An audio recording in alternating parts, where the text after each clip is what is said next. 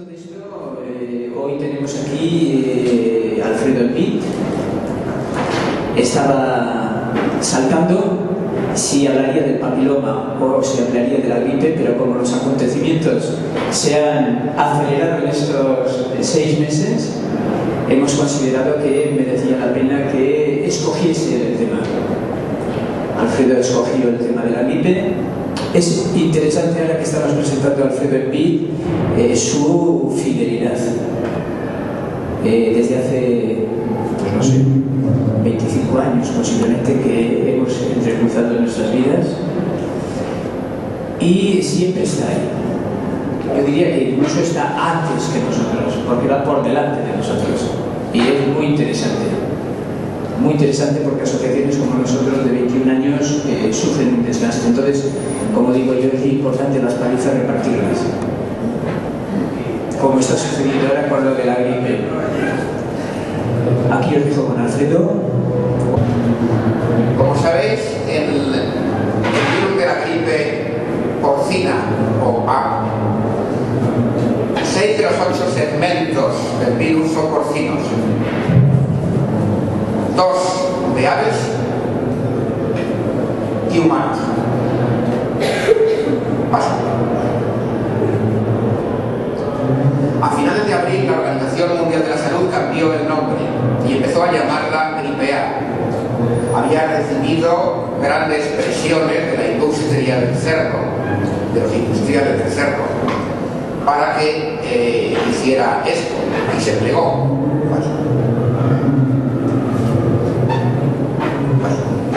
Vamos a ir un poco rápido. De todas formas, esta presentación la tendréis en nuestra página en internet. El que quiera verla despacio, la semana que viene la tendremos.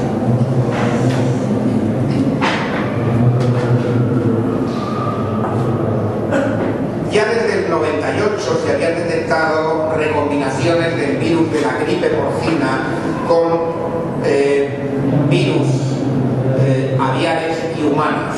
No es algo, por lo tanto, completamente nuevo. En el 2003, la revista Science advirtió que la gripe porcina estaba evolucionando muy rápido, sobre todo por el tamaño de las granjas industriales y el uso generalizado de vacunas en estos establecimientos. Es lo mismo que pasó con el virus de la gripe aviar, no es algo distinto. Para que os hagáis una idea, en Estados Unidos en 1950 había 21 millones de granjas con un promedio de 31 cerdos por granja. Hoy hay 65.000 con un promedio de 5.000 cerdos o más. El cambio es notable y algo tenía que pasar. Smithfield es la principal multinacional mundial de procesamiento del cerdo. Tuvo un crecimiento espectacular y en 1990 ya controló el crecimiento genético de los cerdos. Como tuvo cantidad de problemas legales en Estados Unidos, ha desplazado progresivamente sus fábricas hacia México y también hacia Europa, concretamente a Rumanía y Polonia. Por ejemplo, en Rumanía en el 2007 hubo una fiebre porcina que mató a 36.000 cerdos. En México, en la zona de Perote, en Puebla, Veracruz, se implantó la principal instalación de Smithfield, Granjas Carroll. Y curiosamente, en septiembre de 2008, es decir, aproximadamente hace un año, a 50 kilómetros hubo un brote de gripe aviar en el principal criador de aves que se ocultó. El 20 de marzo, en La Gloria, hubo un brote de infecciones respiratorias que, según los especialistas del Ministerio de Sanidad mexicanos que fueron allí, encontraron que en esa zona de La Gloria el 60% de los habitantes tenían problemas respiratorios atribuidos a las granjas Carroll de Smithfield. Esto ya era conocido, pero también se ocultó. Finalmente, el primer caso diagnosticado de gripe porcina fue un niño de 5 años en esa zona, justamente. Los habitantes de La Gloria llevaban tiempo ya manifestándose y algunos incluso fueron detenidos por enfrentarse con la poderosa multinacional de los cerdos Smithfield. Por lo tanto, los cerdos algo parece que tienen que ver en el tema. Pero la pregunta que se hace siempre es si solamente es el tema de los cerdos. Adrian Gibbs, que es un científico australiano, ha planteado, junto con otros científicos, que el virus no tiene una evolución natural, analizando el genoma del virus, y plantea que la tasa de mutación genética no es la normal, y que por lo tanto ha salido de un laboratorio. Adrian Gibbs no es ningún locaza, es un señor que es biólogo, jubilado de 75 años, con un currículum científico prestigioso, con muchas publicaciones científicas y que pertenece además al sector científico convencional, no es ningún alternativo. Si esto es así, la pregunta es cómo es que la Organización Mundial de la Salud y los Centros de Control de Enfermedad de Atlanta no se han dado cuenta cuando tenían la información del genoma, es decir, del material genético del virus, antes de estos científicos jubilados. La segunda pregunta es por qué se ocultó. La tercera es de qué clase de proyecto se escapó. Y la tercera, si fue la liberación accidental o no. No hay respuestas para todo esto. Estoy esperando que os las dé. No las voy a dar porque no las tengo. Son simplemente preguntas, pero preguntas que hay que hacerse.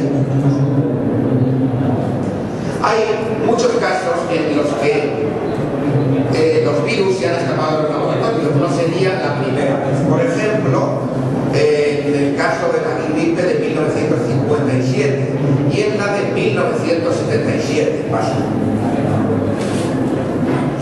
El virus del SARS fue notablemente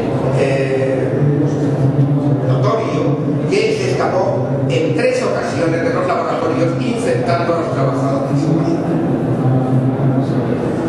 En el 2005, una empresa estadounidense, Meridian Bioscience, envió a 5.000 laboratorios de 18 países viales, es decir, preparados que estaban contaminados con virus como parte de kits de rutina. Y cuando esto se supo, no se pudieron recuperar todos. Hubo varios, a 4 laboratorios de Canadá, Líbano, Corea del Sur, que se perdieron. Baxter, este año, que son laboratorios que fabrican vacunas para la gripe del cerdo, tuvo que admitir, después de haberlo negado convenientemente primero, que en febrero de 2009 sus productos contra la gripe estacional estaban contaminados con el virus de la gripe aviar, que los habían enviado a la República Checa, a Eslovenia y a Alemania, por lo menos, a 3 países. La primera contaminación por gripe porcina que conocemos es de 1976 y empezó en una instalación militar. De hecho, las instalaciones militares tienen una cierta predisposición a que se les escapen los virus, como vais a ver ahora mismo. Este es un caso. Causó una enfermedad respiratoria en 13 soldados y aparentemente uno murió. No está claro si murió de eso. En ese momento se lanzó un programa masivo de vacunación a 47 millones de norteamericanos y los Centros de Control de Enfermedades de Atlanta pretendían vacunar a toda la población con la vacuna hecha por Merck. A los 2 meses la vacuna tuvo que pararse porque se hizo evidente que sus efectos secundarios, más de 500 casos de parálisis y 30 muertos, eran muy superiores al 1 muerto que había causado la gripe.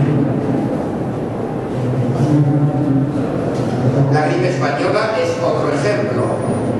Supongo que sabéis ya, porque se ha dicho en muchos sitios, que no era para nada española y que había surgido en Fort Riley, otra base estadounidense de Kansas.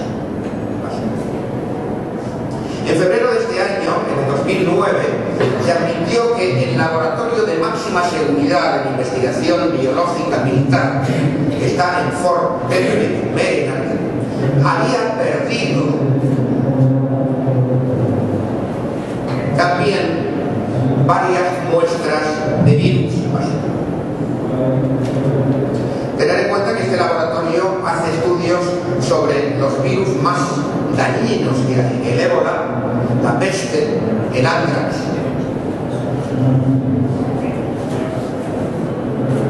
Por ejemplo, se sabe que la cepa de antrax que provocó el pánico en el 2001, en octubre, sobre lo que volveremos, había sido fabricada en ese laboratorio. Era una cepa de origen militar. El virólogo que fue acusado de haberla robado y haberla sacado fuera se suicidó curiosamente. Pasó. La posibilidad de que estos escapes puedan tener que ver con la guerra biológica no está demostrada, pero es una posibilidad real, puesto que los programas de guerra biológica siguen. Por ejemplo, este experto, Francis Boyle, tiene un libro entero dedicado a esto, muy recomendable, por cierto, aunque no está en español, demuestra que sigue existiendo un programa de defensa biológica y que actualmente se reorienta incluso hacia la guerra preventiva, no solamente a la defensiva.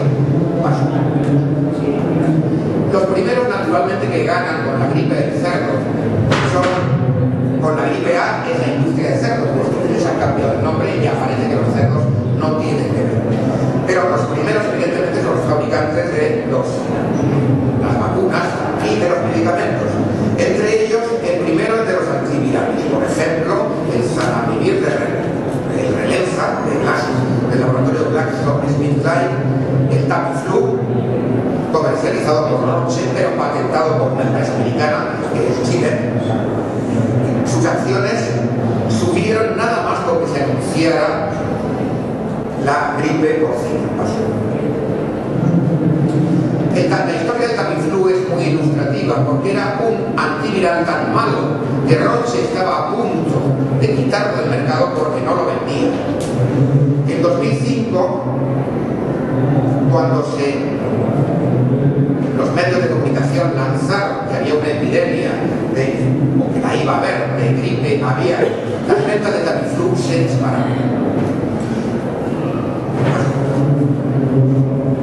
A pesar de que revistas prestigiosas como New Scientist publicaron artículos diciendo que no servía para la gripe aviar y que ni siquiera para la gripe común servía. En los mejores estudios solo se conseguía reducir los síntomas de la gripe en un día. Es decir, que en lugar de los 7 días que suele tardaba 6. Expertos incluso de la Organización Mundial de la Salud dijeron que no estaba comprobado que fuera eficaz contra la nueva gripe. Otra de las empresas que comercializan las vacunas es GlaxoSmithKline, que es una de las principales empresas multinacionales. Hay que recordar que GlaxoSmithKline incluye dentro de ella y ha absorbido a la siniestra compañía Burroughs Wellcome, que fue acusada de asesinato por sus fármacos Septrin y AZT para el SIDA. De hecho, Burroughs Wellcome es una empresa muy curiosa que vale la pena investigar, puesto que ha mantenido siempre estrechas relaciones con Rockefeller y la Fundación Rockefeller. Han tenido políticas comunes de investigación y de educación, influencias políticas comunes. Por ejemplo, los abogados de Wellcome, John Foster Dulles, que fue secretario de Estado, y Allen Dulles fue director de la CIA. Influencias militares comunes, por ejemplo, Sir Aleister Frey fue director de la compañía de armamento Rio Tinto Zinc y fue presidente luego de Wellcome Trust. Influencias sobre los medios de comunicación. Por ejemplo, el Lord Swan fue director general de la BBC y también miembro del Wellcome Trust. Es muy curioso que una compañía con ese poder y con semejantes socios de pronto desaparezca en el aire. Bien, esa compañía la encontramos metida ahora dentro de Glaxo. A veces es un poco difícil seguir la pista, pero si uno se esfuerza, se consigue. Sanofi Aventis de Francia es otra de esas compañías. Curiosamente, Sanofi Aventis el 9 de marzo anunció que invertiría en México 100 millones de euros para una nueva fábrica de vacunas de antigripales. Este contrato fue suficientemente importante como para que asistiera a su firma el presidente de Francia y el presidente Calderón de México. Es curioso también la capacidad de predicción que tienen algunas empresas, porque esto era justo antes, unos días antes de que se declarara la gripe porcina en México. AstraZeneca, a través de otra compañía que se llama MedImmune, está relacionada con GlaxoSmithKline, que mencionábamos antes, y con Merck. Y Merck tiene su división Sanofi Aventis y Sanofi Pasteur. Merck es la que fabrica el Gardasil y GlaxoSmithKline es la que fabrica el Cevarix. De esto tendréis más tarde, que son las fraudulentas, tóxicas, muy tóxicas, vacunas contra el cáncer de cuello de útero. Tendréis luego conferencias sobre este paso. Hay otros productores que se han beneficiado, como Novavax, como Biocrisis Farmacéuticas, como Baxter, que es la que envió las cepas contaminadas a los laboratorios de Checoslovaquia. El vicepresidente norteamericano Al Gore también tiene relaciones con las compañías que fabrican las vacunas, Novavax, Biocrisis concretamente. Un aspecto de los stocks de Tamiflu es que estaban a punto de caducar y que curiosamente se les ha prolongado la vida por arte de magia. Estaban a punto de caducar este año. Otro detalle de Tamiflu interesante es que estaba aprobado solamente para utilizarse a partir de 1 año de edad.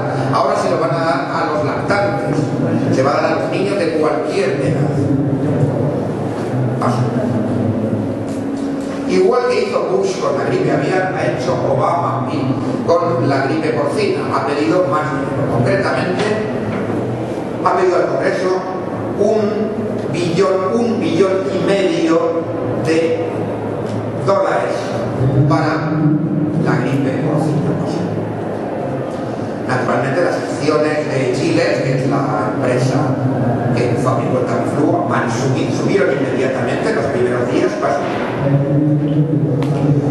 Y la Organización Mundial de la Salud ha colaborado con una amplia y descarada operación de marketing, donando a la comunidad, informando que en Roche iba a dar a la comunidad internacional tratamientos gratuitos de Tamiflu, lo cual es una forma de propaganda de algún modo, y recomendando, lo que es más grave, directamente como únicos antivirales del Tamiflu.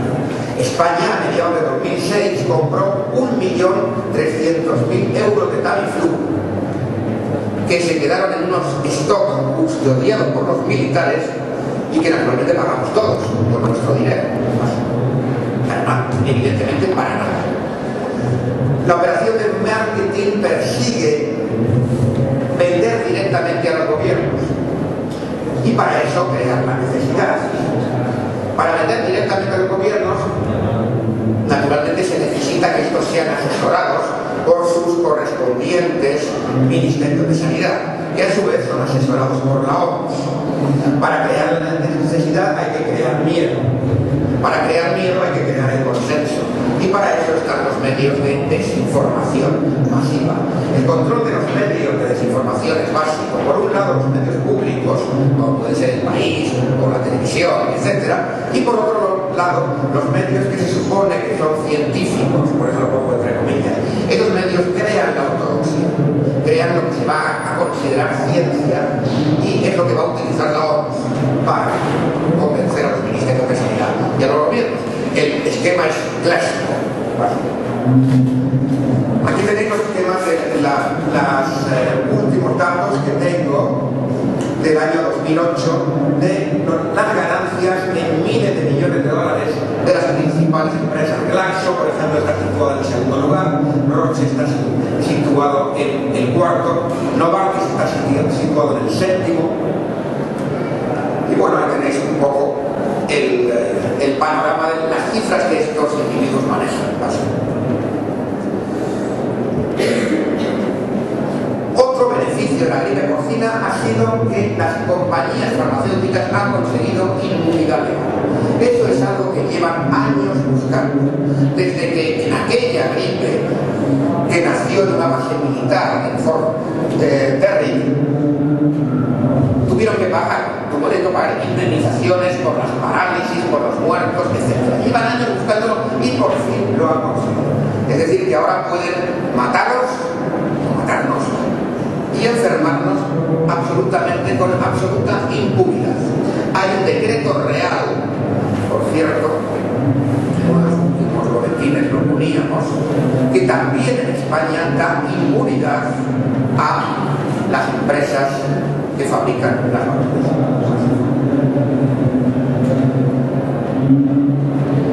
Otra ventaja es la de crear una epidemia de miedo injustificada. Bueno, evidentemente eso ya lo tenéis en los medios de comunicación, así que no tengo que contaros, de eso se encarga. Pero no todos han estado de acuerdo. Por ejemplo, Richard Webley, virólogo y una de las principales autoridades de la gripe, ha dicho que este virus no tiene ni por casualidad la capacidad de matar como el virus de 1918.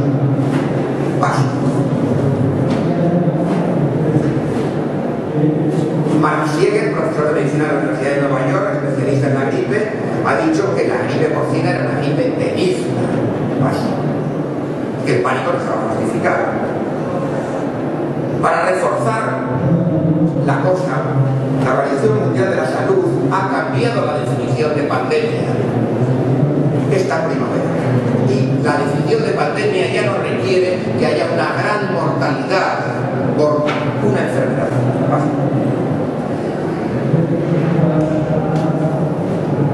Con esa nueva definición pudo aumentar los niveles de alerta el 27 de abril al nivel 4, el 29 de abril al nivel 5, y antes de pasar al nivel 6 se produjo una cosa muy curiosa, y es que los centros de control de enfermedades de Atlanta dijeron que ya no iban a dar cifras, y unos días después la OMS dijo lo mismo. Cuando unos días antes de pasar a la máxima alerta, que es el nivel 6. Esto no deja de ser sorprendente, puesto que lógicamente, si estamos a punto de tener el máximo nivel de alerta y la situación más peligrosa que puede darse, habría que precisamente que ver más cifras. Pues no, todo lo contrario.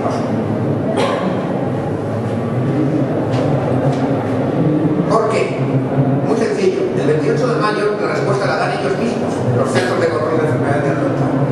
Reconocen, por ejemplo, que 11 de las 12 muertes se han comunicado con demasiada precipitación. 10 de esas muertes ocurrieron en personas que tenían enfermedades subyacentes y que las colocaban en una situación de fragilidad. Es decir, como no podemos, en cuanto se rasca un poco, se ve que las cifras de muerte son falsas, no vamos a dar las cifras de muerte. Muerto el perro, se acabó la rabia, decimos en los amigos. Bien, el 11 de junio pasamos al nivel 6 máximo.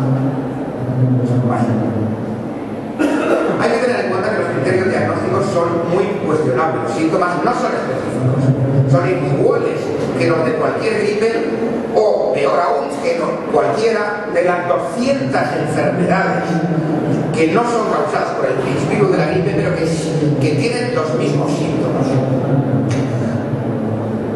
Y las pruebas tampoco son fiables. Esa epidemia de miedo ya se hizo con el SARS, que causó 0 muertes. El SARS quiere decir Severe Acute Respiratory Syndrome. Causó finalmente 812 muertes y ninguna en Estados Unidos.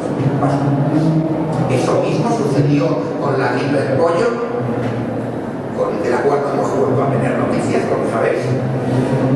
A pesar de que se habían dicho que se podían matar a 70 millones o a 150 millones incluso, hasta ahora solamente se reconoce haber matado a 255 personas.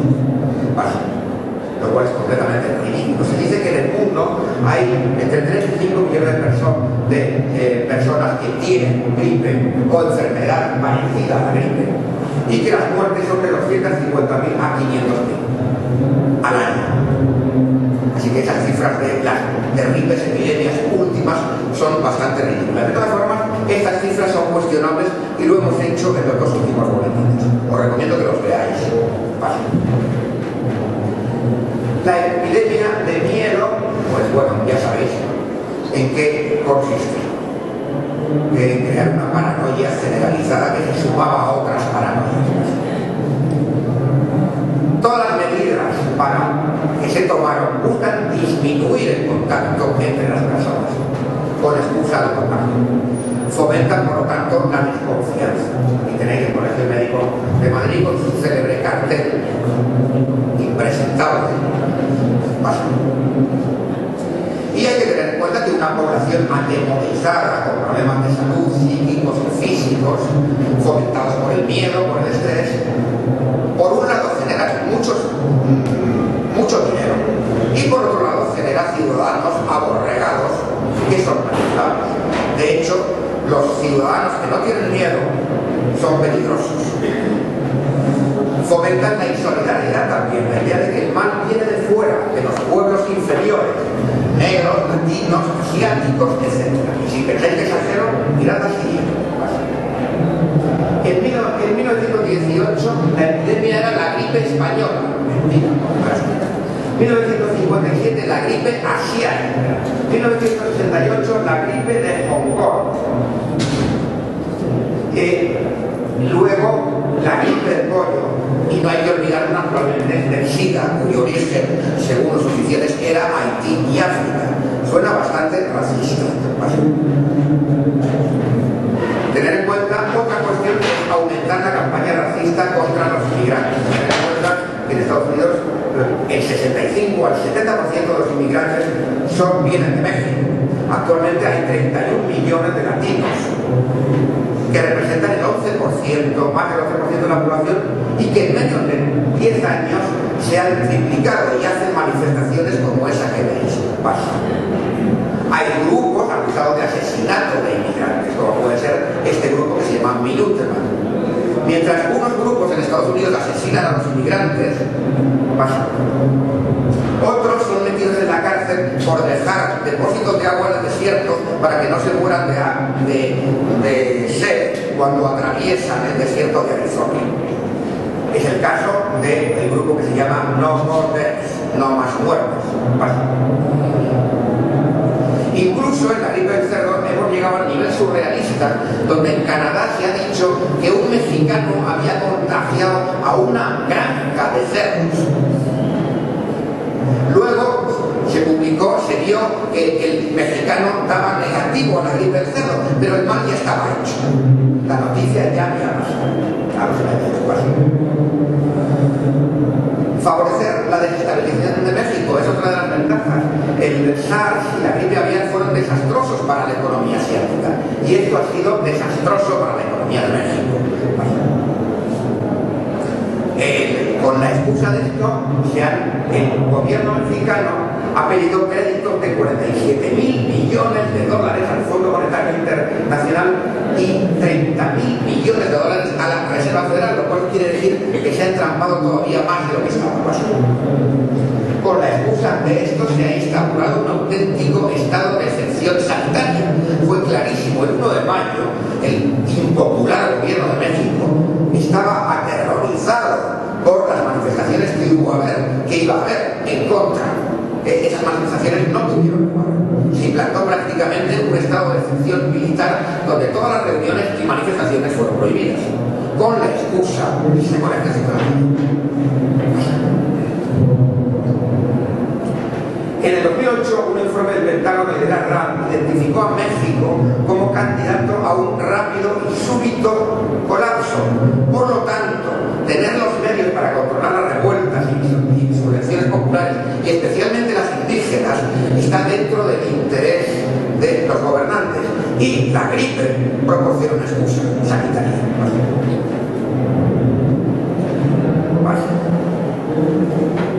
Sirve de excusa para una intervención salvadora en Estados Unidos, que actualmente se está produciendo con la excusa de la guerra contra las drogas y el terrorismo. Tan falsa una como otra. Y si no, ver el siguiente gráfico. Este gráfico es la producción de opio en Afganistán, en casa lo miráis despacito, y aquí está el momento en el que se interviene en Afganistán, se invade Afganistán. Los talibanes habían reducido casi a cero la producción de opio, algo absolutamente intolerable. Hoy, gracias a la ocupación de nuestros soldaditos españoles y los soldaditos de la OTAN y los soldaditos norteamericanos, Afganistán vuelve a ser el principal productor de drogas del mundo. Igual que Colombia, con sus 7 bases americanas, es el principal productor de cocaína. ¿Es una casualidad? Bueno. Favorecer la intervención en México significa blindar los tratados de libre comercio, significa continuar saqueando el país, significa apoderarse de los hidrocarburos. La mierda del diablo, como la llaman los africanos. Un nombre mucho más adecuado que el que hemos dado los hombres blancos, de oro negro. Así. Amordazar las protestas sociales, instaurar el estado de excepción, por motivos sanitarios hoy, por motivos militares mañana. Nos distrae, otra ventaja de la gripe del cerdo es que nos distrae de los problemas que ya tenemos. Eso es parte de la estrategia de los medios de comunicación, encubrir noticias importantes con noticias irrelevantes, dándoles mucho más espacio. Por ejemplo, tenéis la epidemia de antrax en Estados Unidos un mes después del 11 de septiembre. Eso incrementó el miedo al terrorismo, reforzó la fraudulenta guerra contra el terrorismo. Coincidió con el comienzo de la guerra de Afganistán y ocultó las atrocidades que se estaban haciendo en Afganistán utilizando armas radiactivas.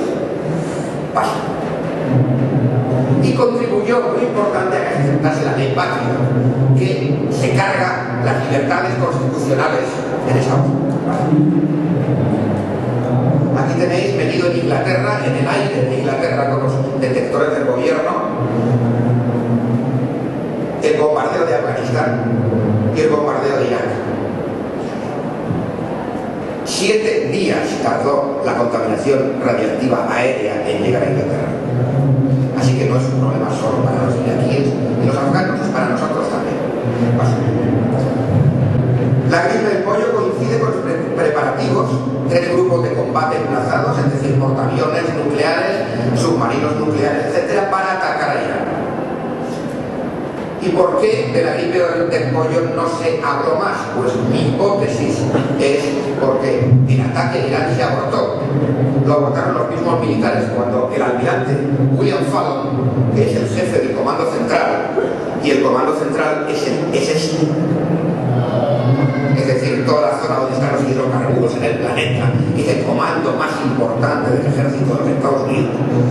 El Comando Central, Fallon dijo que él dimitiría si atacaban a Irán, y todo el Estado Mayor también. Por eso no tuvimos una epidemia probablemente de gripe aviar y todo se quedó en agua de borrados.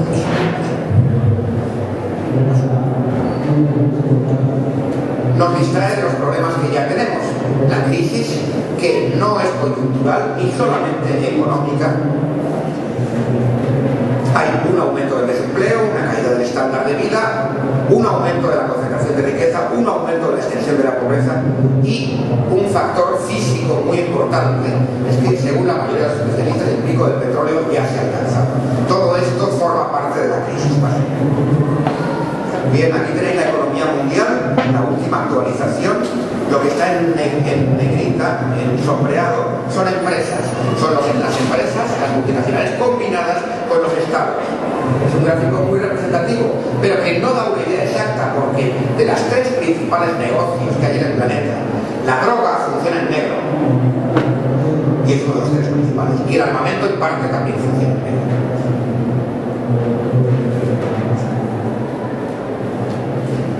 El aumento de la concentración de la riqueza nos lleva a que haya actualmente 700 multibillonarios, personas o familias en el planeta.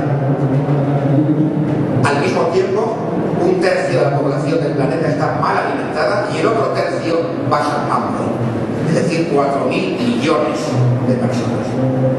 El contraste es insostenible. Y el pico de la producción de petróleo, según, como decía muchos especialistas, ya se ha alcanzado y el gas viene detrás con 10 años de diferencia. Tener en cuenta que recordar que los hidrocarburos son la sangre del sistema industrial. Y esto significa que el sistema industrial tiene los días contados, la civilización industrial que hemos conocido. Es difícil hacerse la idea, pero muy probablemente así sea. El 23 de octubre Obama instaura un estado de urgencia sanitaria nacional. Al mismo tiempo, el personal sanitario se manifiesta protestando contra la vacunación obligatoria que pretenden imponerles, incluso echándoles a las enfermeras, por ejemplo, amenazándolas con que las van a echar del trabajo si no se vacunan, etc. El Departamento de Seguridad Interior, con los centros de control de enfermedades, puede imponer una cuarentena, imponer multas de hasta $250.000, limitar las reuniones y detener a los estadounidenses con la corporación del ejército según las leyes vigentes. Pero es peor todavía. En enero de 2009 hay una legislación que se introdujo según la cual se crean centros de detención y de cuarentena adosados a instalaciones militares. Y más grave todavía, una de las leyes más antiguas de la Constitución estadounidense ha sido abolida. Es la Post Comitatus Act, que impide que el ejército actúe dentro del territorio estadounidense. Lo que llamábamos un artículo, pues, le impide cruzar el Rubicón, a modo de las regiones romanas. Ahora ya puede, y de hecho se han traído unidades, hay que traer unidades, se han traído ya unidades de Irak para ejercer esa función. Bueno, hay toda una serie de escenarios posibles, ¿dónde se puede implantar la ley marcial? Podemos hablar de ello. En esta última parte podréis ver la relación entre el complejo médico-industrial y el complejo militar-industrial. Por ejemplo, el Tamiflu es producido por Hoffmann-La Roche. Hoffmann-La Roche también producía dioxinas para la guerra de Vietnam, gracias a las cuales los niños vietnamitas siguen naciendo deformes, aún hoy, 30 años después de la guerra. Es el esquema de funcionamiento de Hoffmann-La Roche de cómo producía las dioxinas. El Tamiflu fue desarrollado por Chile Science, que es una empresa en cuarto lugar de las compañías de biotecnología, con 4.000 millones de ventas en millones de dólares, dirigida hasta el año 2001 por Donald Rumsfeld, que sigue teniendo el 45% de las acciones. Donald Rumsfeld lleva desde la época de Nixon en el gobierno. Aquí le tenéis con Nixon, aquí le tenéis saludando amistosamente a Saddam Hussein. El primer medicamento que fabricó Gilead fue un medicamento para el SIDA, básico. Sus relaciones con el Pentágono le ha permitido forrarse, puesto que ha hecho obligatorios medicamentos para todo el ejército. Rumsfeld también fue director de la farmacéutica Schirler, que fabricó los primeros anticonceptivos y introdujo, gracias a él, el cancerígeno y neurotóxico y adictivo aspartamo. Posteriormente, esa empresa fue absorbida por Monsanto. Bueno, tiene relación con otras empresas farmacéuticas y ha dado varios premios de la industria farmacéutica. Rumsfeld ha sido 2 veces secretario de Defensa. Es el responsable de una red mundial de investigación de la Marina y del Departamento de Defensa que recopila virus en todo el mundo. Y aquí tenéis un libro interesante de la ministra de Sanidad de Indonesia denunciando esa actividad. Esos son los países donde esa red se despliega. Rumsfeld es miembro permanente del Club de Bilderberg, igual que Pierre Davignon, que también está en la dirección de Chile, curiosamente, igual que George Shultz, el secretario de Estado, que también estaba en la dirección de la empresa Chile, y Lodewijk, el señor Lodewijk, de la dirección de la empresa Hoffmann La Roche, que también está asociada a Chile. Rumsfeld trabaja en el Consejo de Administración del Eisenhower Chance Fellowship y de la Freedom House, que son 2 asociaciones americanas dedicadas a la injerencia en las democracias o los gobiernos de otros países. Y es miembro de la Rand Corporation, el mayor centro de investigación de estrategia militar del mundo. Y también es miembro del Consejo de Relaciones Extranjeras, el CRF, que es el que dirige, en efecto, la política exterior de los Estados Unidos. Así que tenéis un buen ejemplo de cómo la industria, el complejo militar industrial, se relaciona con el complejo militar farmacéutico a través de